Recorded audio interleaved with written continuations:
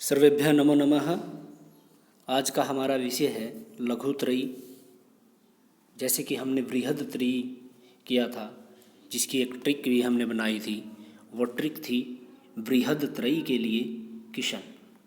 क्या थी? किशन। की से किरातार्जुनीयम, श से शिशुपालवध और न से नषधीय चरितम। इसी तरह से जो है लघुत्रयी के लिए भी ट्रिक क्या है? कुमार। क्या है? कुमार। कु से कुमार संभव, म से मेघदूत और र से रघुवंश। तो हम इन दोनों को इस तरह से लिख सकते हैं, जैसे किशन कुमार।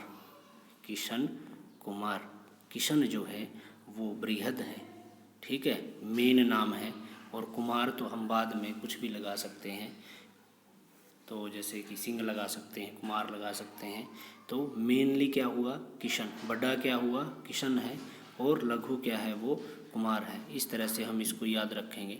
और जो कुमार संभव है, मेघदूत है और रघुवंश है, इन तीनों के रचयिता या रचनाकार जो है वो कौन है? कालिदास है। ठीक है। तो जिन्होंने हमारा चैनल सब्सक्राइब नहीं किया है, कृपया वो चैनल को सब्सक्राइब कर लें और बेल आइकन को दबा दें, ताकि आपको नेक्स्ट वीडियो के लिए नोटिफिकेशन मिलता रहे। और आपको हमारा वीडियो कैसा लगता है कमेंट के द्वारा हमें ज़रूर बताइएगा, और ज़्यादा से ज़्यादा वीडियो को शेयर कीजिएगा। तो देखिए, जो कालिदास जी हैं, कालिदास का जन्म हुआ सतावन ईसा पूर्व। कई जगह पर सतावन ईसा पूर्व आता है और कहीं जगह पर आता है कि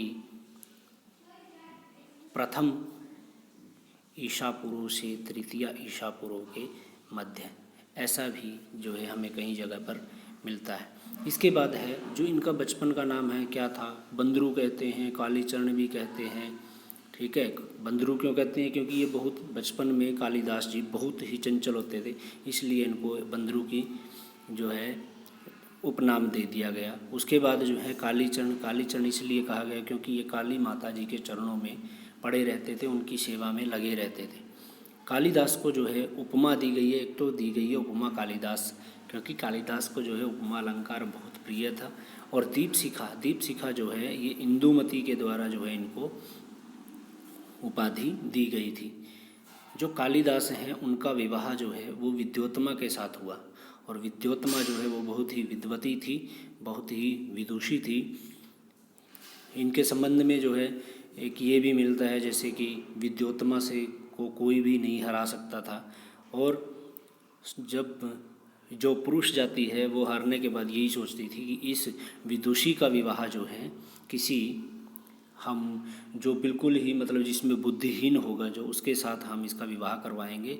तो एक बार जो है उन्होंने कालिदास को देखा था कि ये जिस शाखा पर बैठे हुए थे उसी को काट रहे थे। तो उन्होंने सोचा कि इससे मूर्ख जो है हमें कहीं पर भी नहीं मिल सकता। तो वो कालिदास को ले जाते हैं। और विद्योत्मा जो है वो जो है मूक शास्त्रार्थ में बहुत ही निपुण थी, लेकिन कालिदास जो है उनके आंसर जो भी वो प्रश्न पूछती तो उनका उत्तर वो दे देते थे।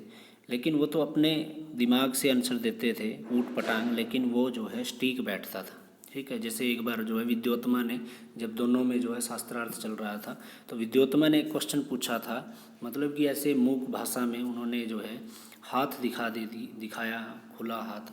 तो कालिदास जी ने जो है मुट्ठी बंद करके एक मुक्का टाइप जो है वो दिखा दिया। ठीक है।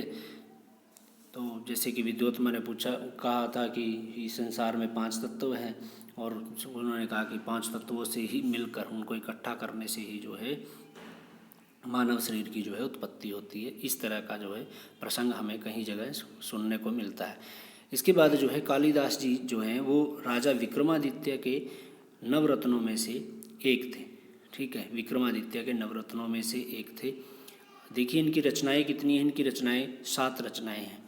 और 7 रचनाओं में भी जो है 7 रचनाओं में देखिए उनके 3 नाटक हैं, 2 महाकाव्य हैं और 2 खंड काव्य हैं। तो नाटक जो हैं वो हैं इनके अभिज्ञान शाकुंतलम, 3 नाटक हैं। फर्स्ट अभिज्ञान शाकुंतलम, विक्रमो उर्वशीयम, मालविका अग्निमित्रम है। और महाकाव्य 2 हैं, कुमार संभव, रघुवंश।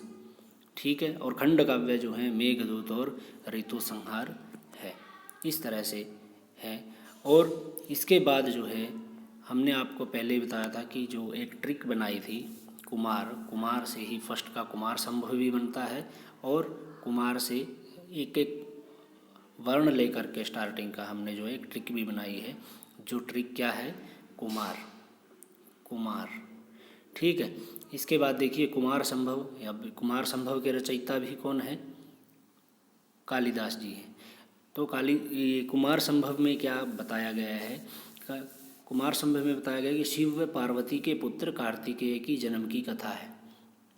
ठीक है, अब देखिए नेक्स्ट लिखा है कि तारकासुर को शिव पुत्र ही मार सकता है। ऐसा किन्होंने कहा है, ऐसा देवताओं ने कहा, क्योंकि तारकासुर को जो है शिव पुत्र ही मार सकता था, और वो तारकासुर जो है वो देवताओं को बहुत परेशान करता था।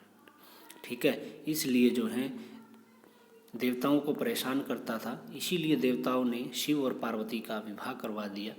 ठीक है, इसके बाद जो है कुमार संभव में 17 सर्ग है। ठीक है, अब कुमार संभव में 17 सर्ग है। किस तरह से इनको हम याद रख सकते हैं, इस तरह से कुमार, इसमें 17 हैं, 18 को आप छोड़ दीजिए, इसमें 19 सर्ग है। ठीक है, अब मेघदूत में 2 भाग हैं, ऐसा याद रखेंगे। कैसे, 17, 18, 19। 18 को हमने छोड़ दिया, 17 और 19 है, 19 और 17 में कितना डिफरेंस है, 2, तो ये 2 भागों में है। इस तरह से हम इसको एक ट्रिक के द्वारा याद रख सकते हैं, और ये ज़्यादा मुश्किल नहीं है, 1-2 बार याद करने से जो है ये हमारे दिमाग में सेट हो जाती है, और लंबे टाइम तक जो है हम इसको फिर याद रख सकते हैं। इसके बाद जो है क्या है कि इसमें हिमालय और मेनाक पुत्र और पार्वती पुत्री का जन्म हुआ।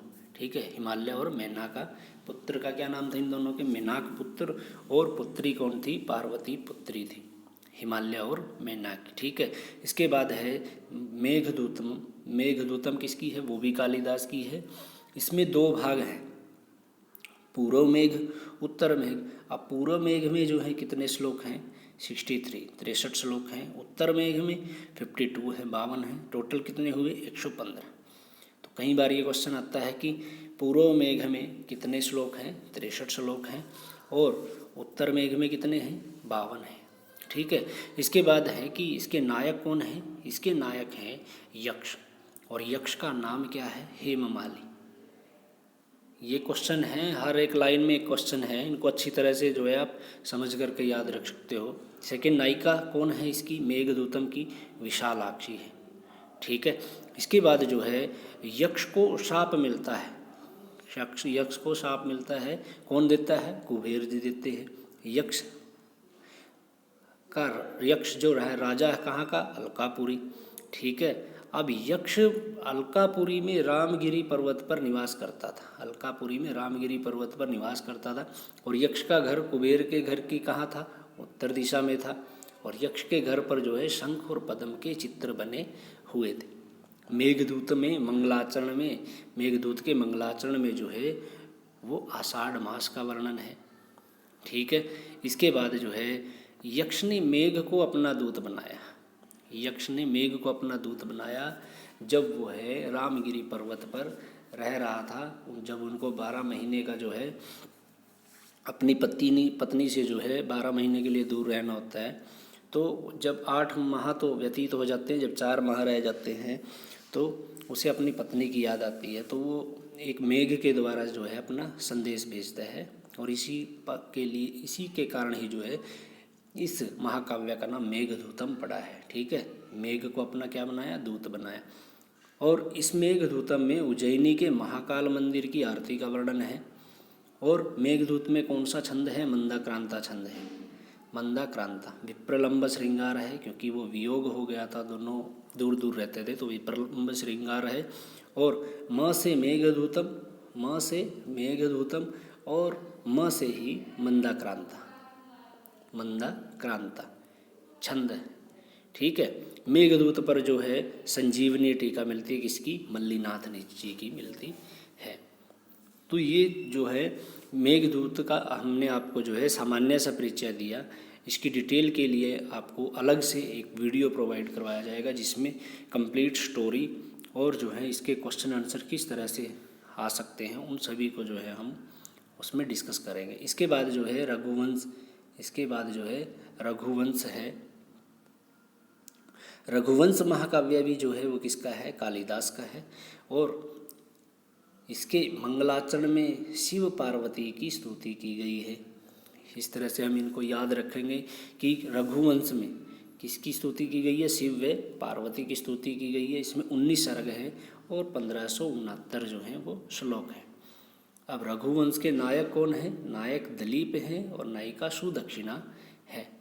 ठीक है, ये दोनों जो है इनको पुत्र की प्राप्ति नहीं होती थी, तो इनको बताया गया कि जो है आप गाय की सेवा कीजिए, नंदिनी गाय की सेवा कीजिए। और वहाँ पर जो है उसका सेवा करते हुए जब गाय जो है एक गुफा में प्रवेश कर जाती है और वहाँ पर जो है एक शेर आ जाता है, और शेर जो है फिर जब उसको खाने के लिए बोलता है तो दिलीप स्वयं कहते हैं कि आप इस गाय को मत खाइए, मुझे खा लीजिए। तो उसके बाद उनको पुत्र रत्न की जो है प्राप्ति होती है, ऐसा वरदान मिलता है उनको। इसके बाद जो है इसमें 31 राजाओं का वर्णन है। इसमें 31 राजाओं का जो है वर्णन है। और सबसे पहले राजा जो हैं वो मनु हैं और अंतिम राजा जो है वो अग्निवर्ण है। ये तो है कि प्रथम कौन है, मनु हैं और अंतिम अग्निवर्ण है, लेकिन नाटक का प्रारंभ जो है वो दिलीप जो राजा हुए हैं उनके वर्णन से होता है। इनके वंश का नाम क्या है, इक्ष्वाकु वंश या सूर्य वंश है। और कुल गुरु जो हैं वो वशिष्ठ हैं। इनकी पत्नी का नाम अरुंधति है। कुल गुरु कौन है, रघुवंश में 31 राजाओं के वशिष्ठ हैं और इनकी पत्नी अरुंधति है। शिव का सेवक कौन है, कुंभोदर। कौन है, कुंभोदर। इसके बाद अग्निवर्ण की मृत्यु का कारण जो है वो अक्षय रोग बनता है। ठीक है, और जो है अन्य जो क्वेश्चन भी बनते हैं, जैसे कि राम का वर्णन जो है कहाँ, राम का वर्णन जो है वो कहाँ पर है, राम का वर्णन कौन कौन से सर्ग में है, सीता का किस में है। ठीक है, सीता का वर्णन किस में है, तो राम का वर्णन जो है वो 9वें सर्ग से 14वें सर्ग तक है, और सीता का वर्णन जो है वो 15 और 16वें सर्ग में है। और रघुवंश में जो है, रघुवंश में कौन सा रस है, श्रृंगार रस है। कौन सा रस है, श्रृंगार रस है। और जो है सीता के लोक अपवाद की सूचना राम को कौन देता है, एक क्वेश्चन आता है इस तरह का, इम्पोर्टेंट क्वेश्चन है।